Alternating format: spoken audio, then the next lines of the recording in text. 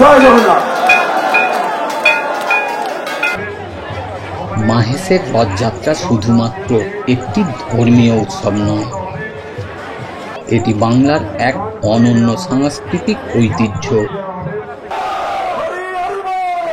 যা ভক্তি, সম্প্রদায় এবং উৎসবের এক অসাধারণ মেলবন্ধন।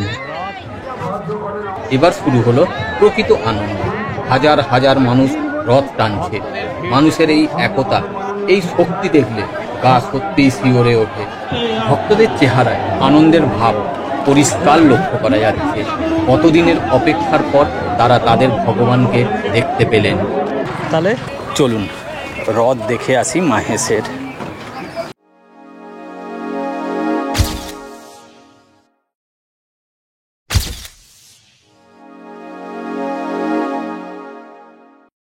এই মুহূর্তে পৌঁছে গেছি টিটাগড়ের মহালক্ষ্মী ঘাট বা লক্ষ্মী ঘাটে।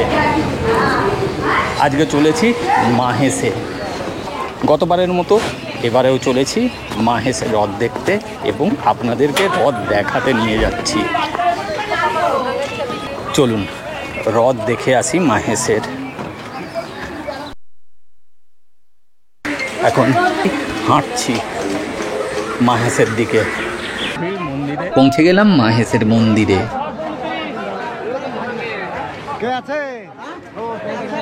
এই মন্দিরের গর্ভগৃহ থেকেই জগন্নাথ দেবকে নিয়ে এসে রথে করে মাসির বাড়ি নিয়ে যাওয়া হবে। তাই এখন মন্দিরের পরিস্থিতিটা একটু ঘুরে দেখি।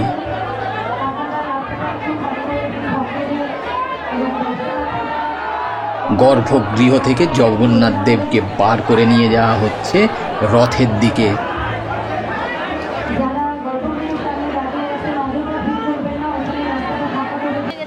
আমার মতোই হাজার হাজার ভক্ত দর্শন লাভের আশায় ভিড় জমিয়েছে।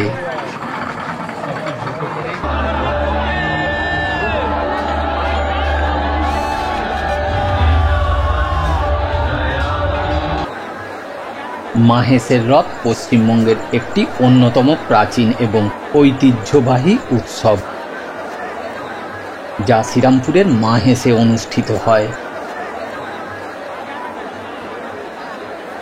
এটি বাংলার সবথেকে পুরনো রথযাত্রা এবং পুরীর রথযাত্রার পর ভারতের দ্বিতীয় রথযাত্রা হিসাবে পরিচিত। এই উৎসবের আমেজটাই আলাদা। জগন্নাথ দেবকে গর্ভগৃহ থেকে এনে এখন রথের চতুর্থ তলায় বসানোর জন্য তোলা হচ্ছে,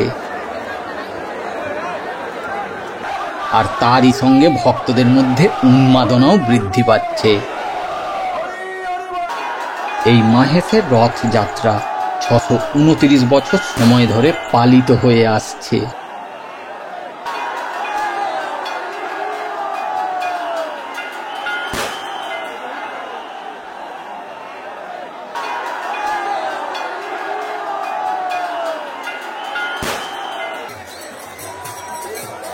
মাহেশের রথযাত্রার ইতিহাস সুদূর 14 শতকে প্রসারিত। জনশ্রুতি অনুসারে ধ্রুবানন্দ ব্রহ্মচারী নামে একজন সাধু পুরীতে জগন্নাথ দেবকে নিজের হাতে ভোগ নিবেদন করতে চেয়েছিলেন, কিন্তু মন্দির কর্তৃপক্ষ তাকে বাধা দিলে তিনি অনশনে বসেন। দ্বিতীয় দিন স্বপ্নে জগন্নাথ দেব তাকে দর্শন দেন এবং নির্দেশ দেন বাংলায় ফিরে যেতে। ভাগীরথীর তীরে মাহেশে তিনি একটি নিমকাঠের গুঁড়ি পাবেন, যা দিয়ে জগন্নাথ, বলরাম এবং সুভদ্রার মূর্তি তৈরি করতে হবে। এই নির্দেশ মেনেই ধ্রুবানন্দ ব্রহ্মচারী মাহেশে জগন্নাথ দেবের মূর্তি প্রতিষ্ঠা করেন। পরবর্তীকালে শ্রী চৈতন্য মহাপ্রভু পুরী যাওয়ার পথে মাহেশে আসেন এবং ধ্রুবানন্দ ব্রহ্মচারীর মন্দিরে এসে সমাধিস্থ হন।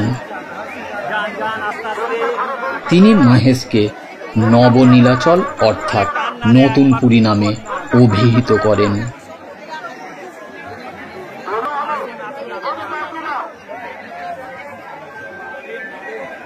এরপর ধ্রুবানন্দ মহাপ্রভু শিষ্য কমলকর কৃপলাইয়ের কাছে মন্দিরের দায়িত্ব অর্পণ করেন। কমলকর কৃপলাই মাহেশের রথযাত্রার সূচনা করেন। বর্তমান রথটি 1885 সালে মার্টিন বান কোম্পানি দ্বারা নির্মিত হয়েছিল। এটি একটি নবরত্ন মন্দিরের শৈলীতে তৈরি, যার উচ্চতা প্রায় 50 ফুট, 4 তলা বিশিষ্ট এবং ওজন 125 টন। এতে 12টি লোহার চাকা আছে, যা 12টি মাসকে নির্দেশ করে।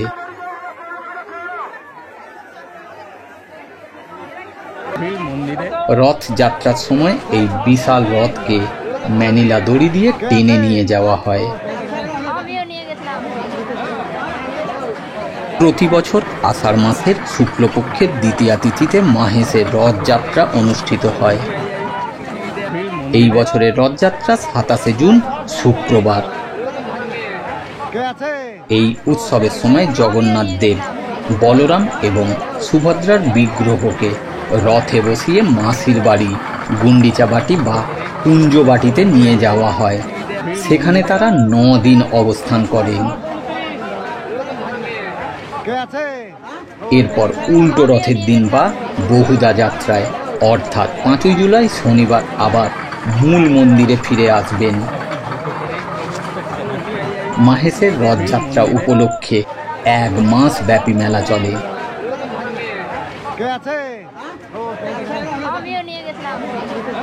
হাজার হাজার ভক্ত ও পর্যটক এই উৎসবে যোগ দেন। রথের দড়ি টানাকে পূর্ণকর্ম বলে মনে করা হয় এবং সকলেই বিশ্বাস করেন এতে সৌভাগ্য এবং আশীর্বাদ লাভ হয়। স্নান যাত্রার পর জগন্নাথ দেবের নবযৌবন উৎসব পালিত হয়, যেখানে 15 দিন নিভৃতবাসের পর দেবতাকে রাজবেশে দর্শন করানো হয় এবং 56 ভোগ নিবেদন করা হয়।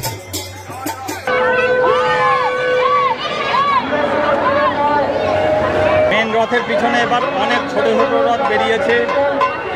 এই তো রথ টানছে, এই এক এক করে এবার সব ছোট ছোট রথ নিয়ে বেরিয়েছে জগন্নাথের পিছনে।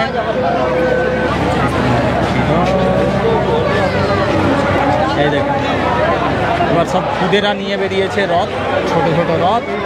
সত্যিই ভালো লাগছে। যে ভালো লাগাটা সেটা ঠিক ব্যাখ্যা করা যায় না, শব্দে বলে বোঝানো যায় না, সেটাকে অনুভব করা যায়। দোকান এখানে মেলা বসেছে, সেখানে খাবারের দোকান বসবে না, এটা কি হতে পারে? এখানে জিলাপি ভাজা চলছে। এখানে একটি দোকানে কয়েকটা স্ট্রাকচার করা আছে দেখলাম, অদ্ভুত সুন্দর লাইট লাগানো আছে, লাইট দেওয়া আছে। কারিগরকে এখানকারই না কিনে আনা? আপনি কারিগর? দারুণ বানান তো, দুর্ধর্ষ। একটা রথ গেছে, সেটা আমি খেয়াল করিনি। আস্তে আস্তে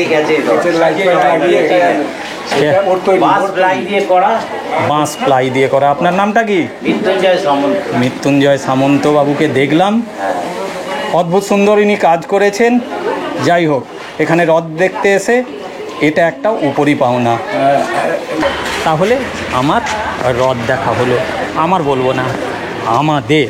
আপনারাও ছিলেন, আপনারাও নিশ্চয়ই সাথে ছিলেন, আমার সঙ্গে মাহেশের রথ দেখলেন। তাহলে আবার দেখা হচ্ছে নতুন কোনো ঠিকানায়, নতুন কোনো ডেস্টিনেশানে, নতুন ভিডিওতে। সবাই ভালো থাকুন, সুস্থ থাকুন, ঘুরতে থাকুন। Thank you.